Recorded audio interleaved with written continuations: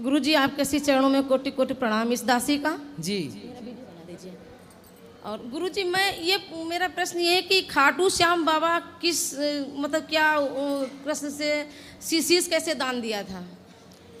बर्बरीक जी ने भगवान से कहा कि हम कुछ ही बाणों में युद्ध जीत सकते हैं महाभारत का। तो भगवान ने कहा चलाओ, तो एक बाण से उन्होंने सारे पीपल के पत्तों पर छेद कर दिया। जी। तो भगवान ने कहा कि भाई तुम साथ किसका दोगे? तो उन्होंने कहा कि जो पक्ष हारने लग जाएगा उनका साथ दे देंगे। तो भगवान समझ गए कि हारेगा तो दुर्योधन, और आप जैसा योद्धा दुर्योधन का साथ देगा तो दुर्योधन की ताकत बढ़ेगी, वो मिसयूज करेगा ताकत का। तो सिर काट दिया भगवान ने। तो कटा हुआ सर पूरा महाभारत देखा। बाद में भगवान ने अपना नाम दे करके मेरा नाम श्याम आज तुम्हें देता हूँ और तुम खाटू में जा कर के रहो और सदा मेरा स्मरण करते रहो, जो भक्त आए उन पर कृपा करते रहो। तो तब से नाम पड़ गया खाटू श्याम।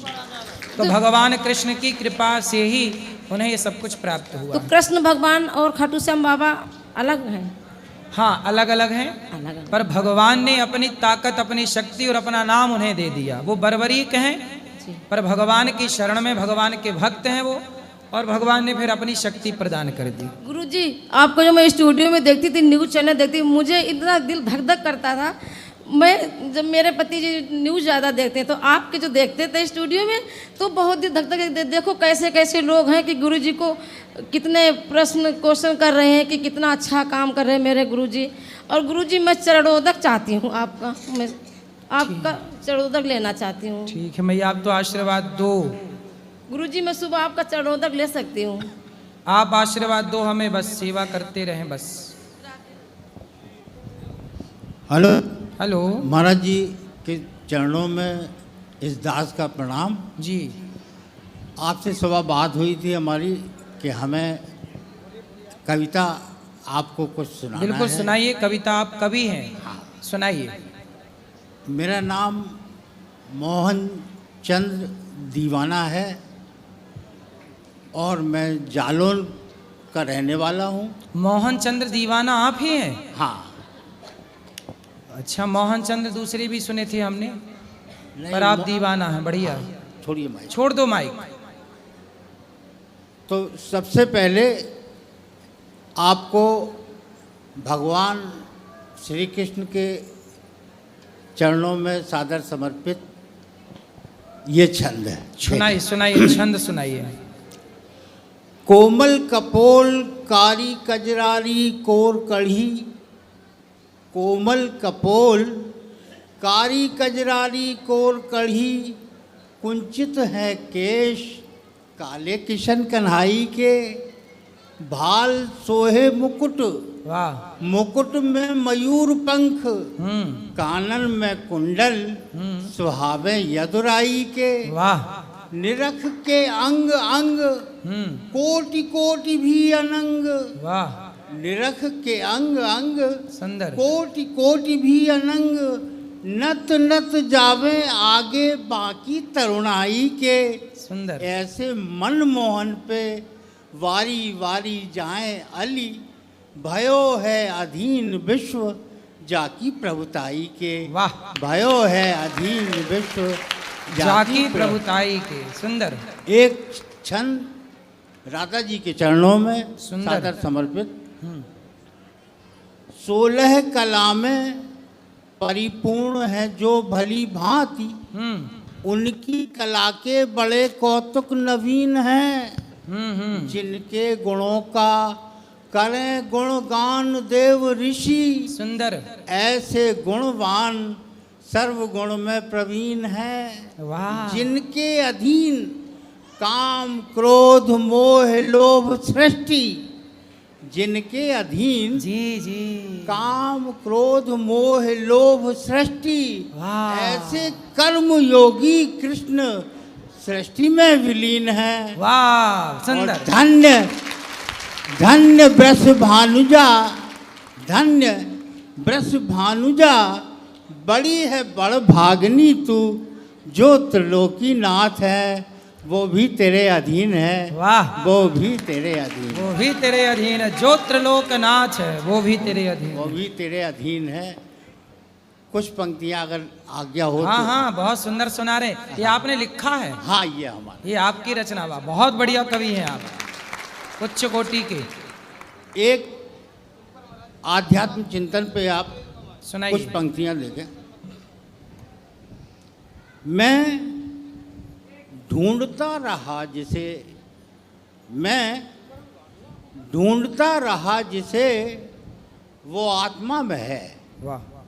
मैं ढूंढता रहा जिसे वो आत्मा में है। सुंदर। मैं ढूंढता रहा जिसे वो आत्मा में है, परमात्मा का अंश ही जीवात्मा में है। वाह। परमात्मा का अंश ही जीवात्मा में है, जिसका प्रकाश सूर्य में है, चंद्रमा में है। जिसका प्रकाश सूर्य में है, सूर्य में है, चंद्रमा में है, और तारों में जगमगाए वही पूर्णिमा में है। तारों में जगमगाए वही पूर्णिमा में है। और महाराज जी, ये विशेष पंक्तियां आपके लिए हैं। हाँ। कि अपराध, अपराध लघु या दीर्घ हो, अपराध लघु या दीर्घ हो, अपराध लघु या दीर्घ हो, वो दंडनीय है। दंडनीय। अपराध लघु या दीर्घ हो, या दीर्घ हो, वो दंडनीय है जी। क्षमता, क्षमा तो बस उसी परमात्मा में है। वाह। क्षमता, क्षमा तो बस उसी परमात्मा में है। और दीवानापन, दीवानापन प्रभु के लिए व्यर्थ प्रदर्शन, दीवानापन प्रभु के लिए व्यर्थ प्रदर्शन। यदि मन महात्मा सा न धर्मात्मा में है। दीवानापन प्रभु के लिए व्यर्थ प्रदर्शन, यदि मन महात्मा सा न धर्मात्मा में है, तो दीवानापन प्रभु के लिए व्यर्थ।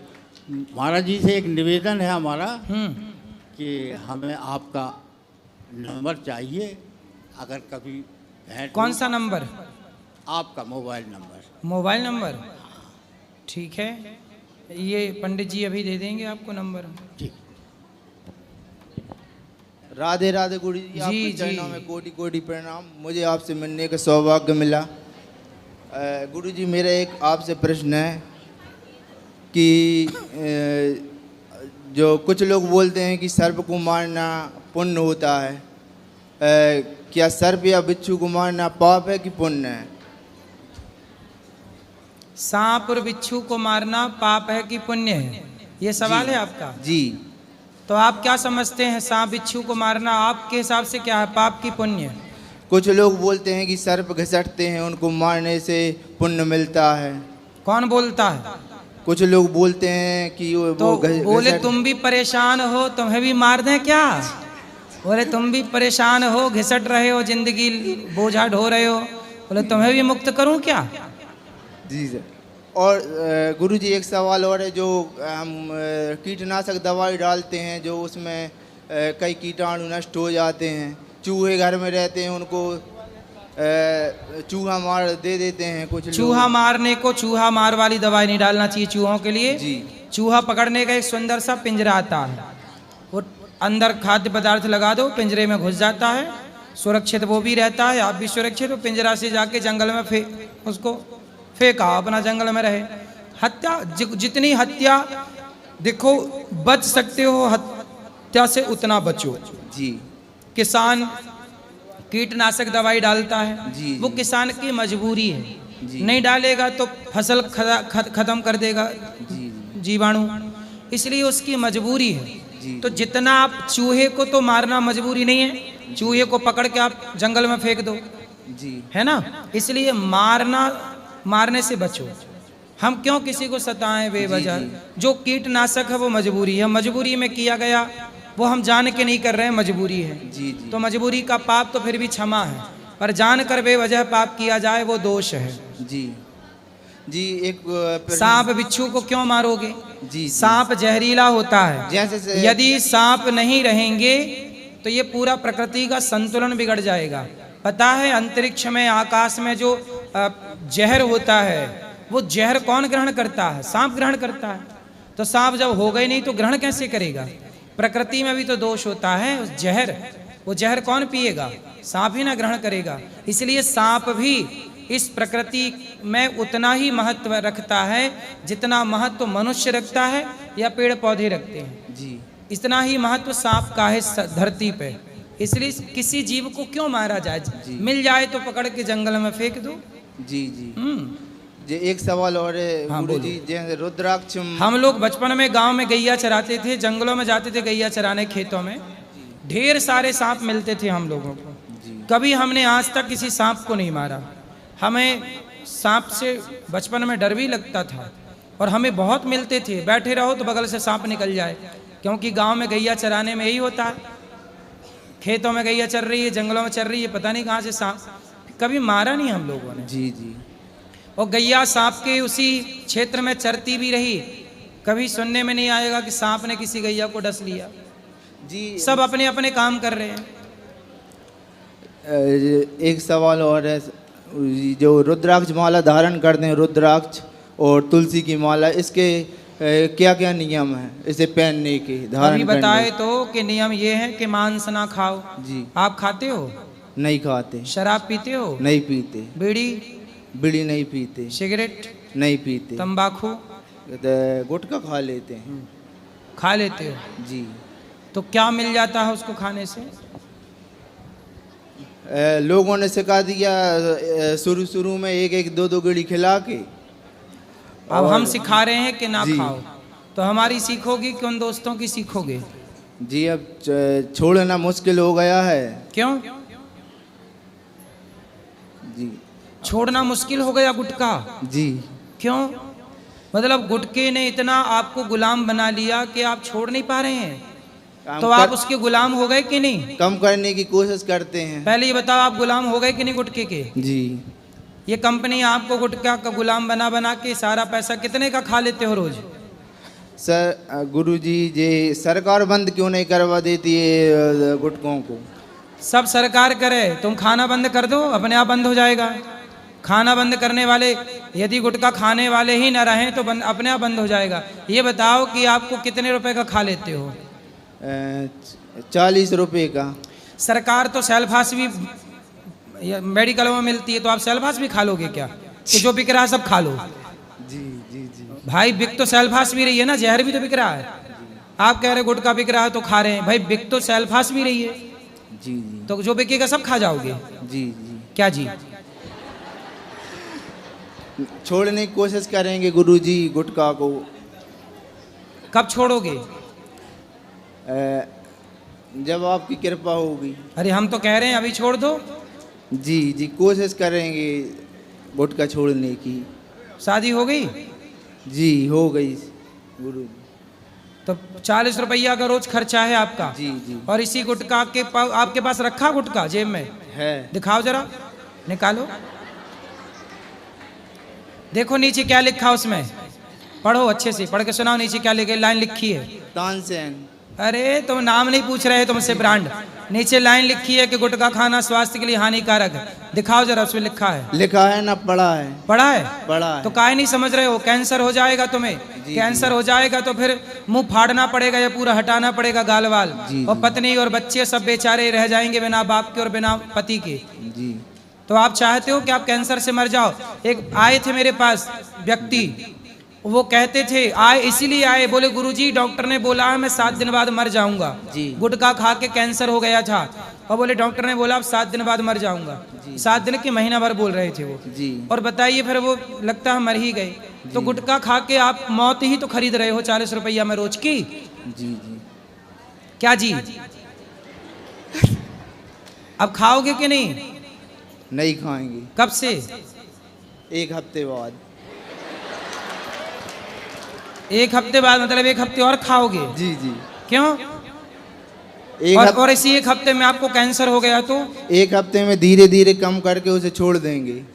तो लौंग खा लिया करना भाई। जी आपको गुटखा की तलब लगे तो थोड़ा लौंग खा लो, जी सौंफ खा लो, सौंफ। जी। और ये कैंसर होता है कि नहीं गुटखा खाने से पहले ये बताओ। बिना गुटखा वालों को भी कैंसर हो जाता है गुरुजी। ये किसने बोल दिया आपको? कई लोग ऐसे हैं जो गुटखा नहीं खाते उनको कैंसर हो जाता है। पर जो गुटखा खाते हैं उनको भी कैंसर होता है। कई लोग ऐसे हैं जो 100 साल तक गुटखा जर्दा गुटखा खाते हैं उनको कुछ नहीं होता। मतलब आपने ये नहीं सुना कि एक सज्जन ने, मैं बता तो रहा हूँ कि आए थे, बोले गुटखा खाने से कैंसर हुआ है। जी। बहुत लोगों को गुटखा खाने से होता है। भाई देखो बीमारी तो फिर ऐसी है ना कि जो कुछ भी नहीं कर रहा उसको भी बीमारी हो जाती है। जी। लेकिन इसका मतलब ये थोड़ी कि जहां से हो रही है बीमारी हम वो चीजें खाएं। इसके बिना क्या आप मर जाओगे गुटखा के बिना? जी। उत्तर दो। नहीं मरेंगे। तो काहे खा रहे हो? छोड़ देंगे। कब से? 1 हफ्ते बाद। पक्का? पक्का। माँ कसम खा के बोलो कि 1 हफ्ते बाद छोड़ दोगे। खाओ माँ कसम।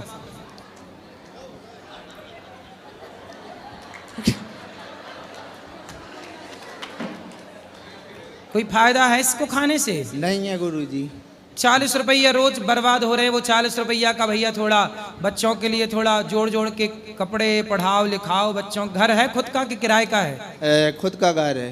कुछ कमाते हो? कितना कमाते हो? एनटीपीसी में जॉब करते हैं, 15,000 रुपया कमाते हैं। अब 15,000 कमाते हो, 40 रुपया रोज का खर्चा है। जी। तो 40 के हिसाब से भैया 30 दिन का कितना वो जरा लगाओ हिसाब। कितना? 1200 रुपया महीना। अब बताओ 1200 रुपये आप बचाओ तो किसी अपने बच्चे को अच्छे स्कूल में पढ़ा सकते हो 1200 रुपये महीने में। मतलब क्यों 1200 रुपये महीने का भी स्कूल मिलता है ना बाजार में, अच्छा बढ़िया मिल जाएगा।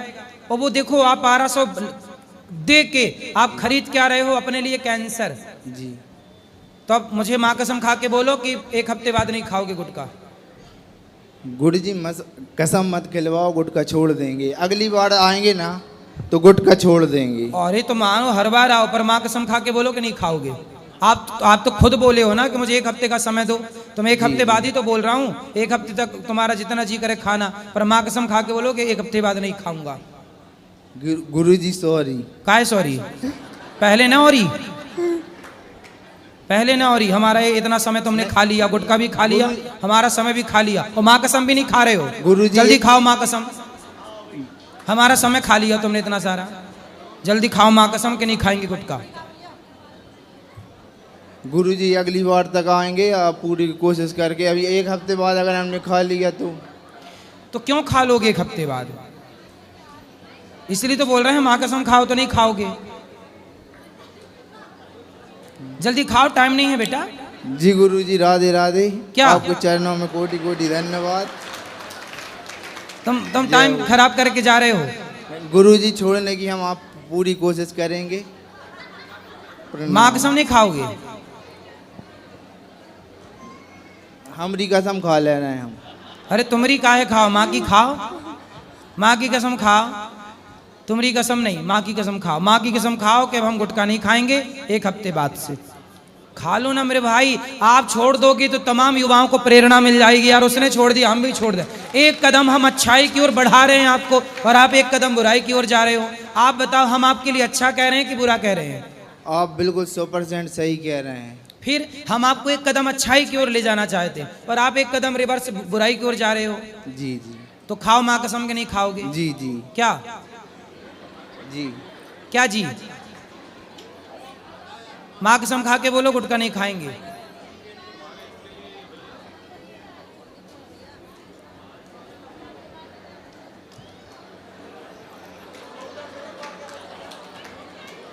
बोलो जल्दी।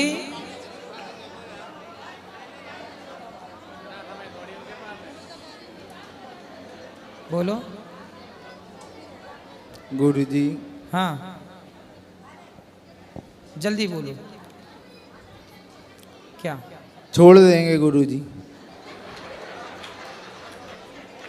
कब छोड़ोगे? अगली बार तक यहाँ आएंगे, छोड़ के आएंगे, नहीं तो नहीं आएंगे।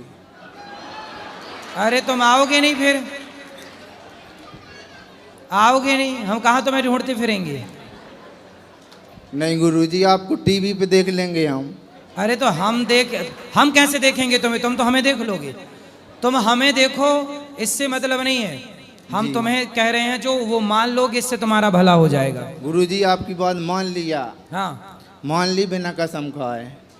कसम ना खाओ, काहे नहीं खा रहे तुम कसम? खा लो। अरे धोखे से वो खा लिया तो फिर धोखे से काहे खा लोगे? खरीद नहीं मत, गुटखा खाने वालों के संग बैठ नहीं मत। अच्छा ये बताओ, आपका बेटा है? लड़की है। लड़की गुटखा खाने लग जाए तो वो सही कर रही है कि गलत कर रही है? गलत। तो आप उसे क्या बोलोगे कि बेटा नहीं खाना? नहीं खाना। तो गुटखा खाना सही है? गलत है। तो फिर आप क्यों खा रहे हो जब गलत है तो?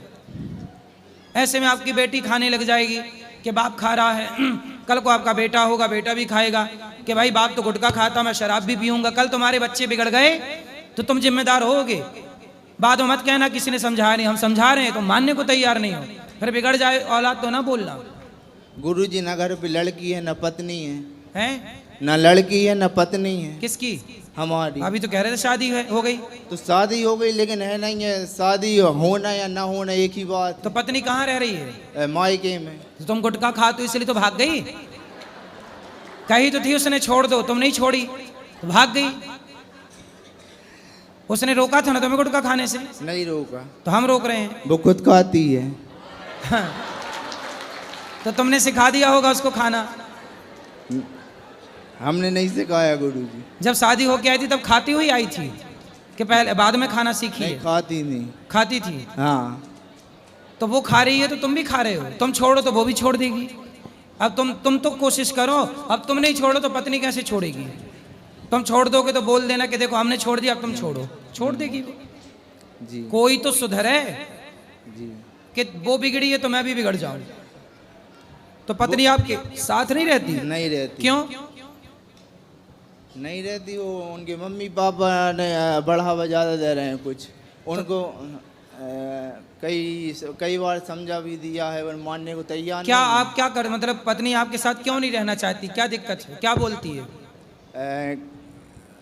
यहाँ नहीं रहना अच्छा नहीं लगता है, सब ऐसा। तो कहाँ रहना उसको? मायके। तो मायके में उसको बोलना कि अपने पिता की पूरी संपत्ति मेरे नाम कर दो, चलो वहीं चलते हैं मस्त। हाँ, ऐसा बोल देना। तो ऐसा कुछ बताती नहीं, कुछ जवाब नहीं देती कि हमने तो एक दिया क्या करना है तुमको। तो जवाब तो आप भी नहीं दे रहे हो, हम भी तो बोल रहे हैं माँ कसम खा लो। कहाँ तुम खा रहे हो? जवाब तुम भी नहीं दे रहे हो। तो जैसे तुम वैसी तुम्हारी पत्नी, जैसे को तैसा। चलो अब पत्नी को जाके सॉरी बोलना और लेके आना अच्छे से। लड़ाई तो नहीं करती पत्नी से? नहीं करते। मारते तो नहीं हो? नहीं मारते। डांटते हो? नहीं डांटते। लड़ाई नहीं करते। तो काहे भाग गई वो? अब क्या पता। तुम्हें कुछ नहीं पता? नहीं, वो कहते हैं क्या रहना नहीं है यहाँ, महीने यहाँ रहती, 2 महीने वहाँ रहती। चलो अब लेके आना, मेरे पास लाना, मैं उसको समझाऊंगा, ठीक है? अगली बार पत्नी को भी ले आना और गुटखा छोड़ के आना। चलो।